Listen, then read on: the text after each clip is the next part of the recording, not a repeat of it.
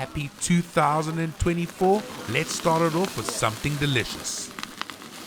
Here's how to make prime rib.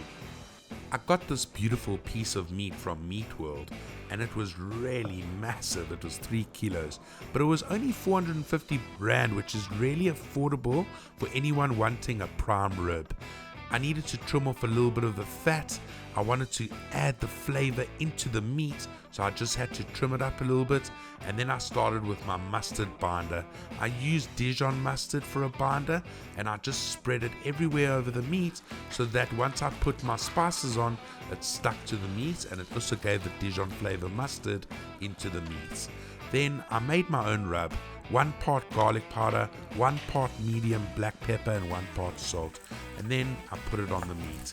I wanted to get it in all the crevices. When I got this piece of meat, I asked the butcher to crack the bones for me, just so that I can get flavor into the meat. And then I just got it all over and let it rest for an hour.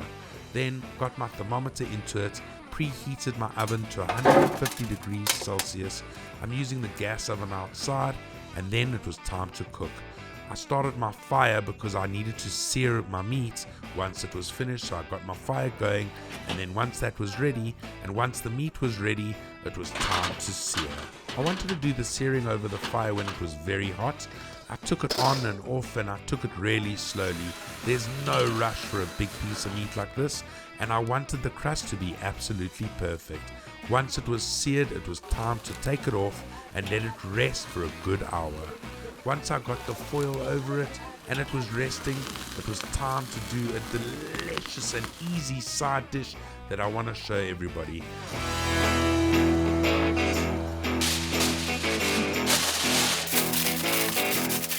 I took baby potatoes, I put water in them, and then I put them in the microwave for 20 minutes just to parboil and get ready to be cut and then fried.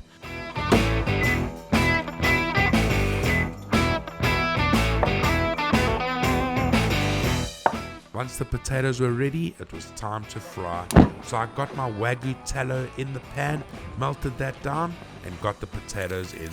With these potatoes, you've got to do on a medium to high heat so they get really crispy. I added oregano, and then I added a bit of aromat just to get these a bit spiced up, and I let them go. Once these were getting super crispy, I was getting so excited. Once the potatoes were super brown and crispy, I took them off, and then it was time to add every Greek's favorite juice, lemon juice, and I added a lot of it.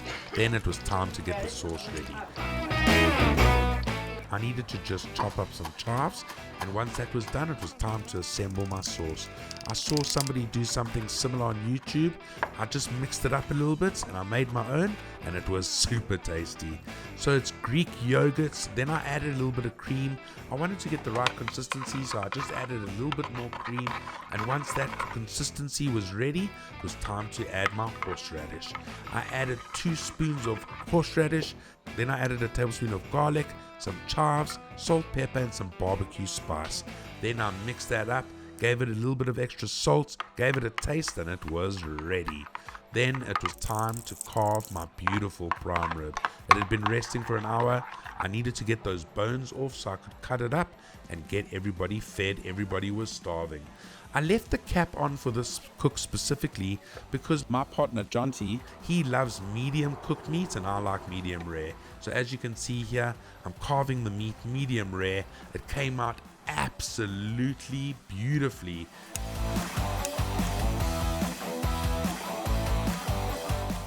And there I'm cutting the cap and you can see it's more towards medium. This meal was delicious. Thanks for watching, everybody. I love your comments. I love your interaction with me. Leave a comment below and tell me what you think of this cook.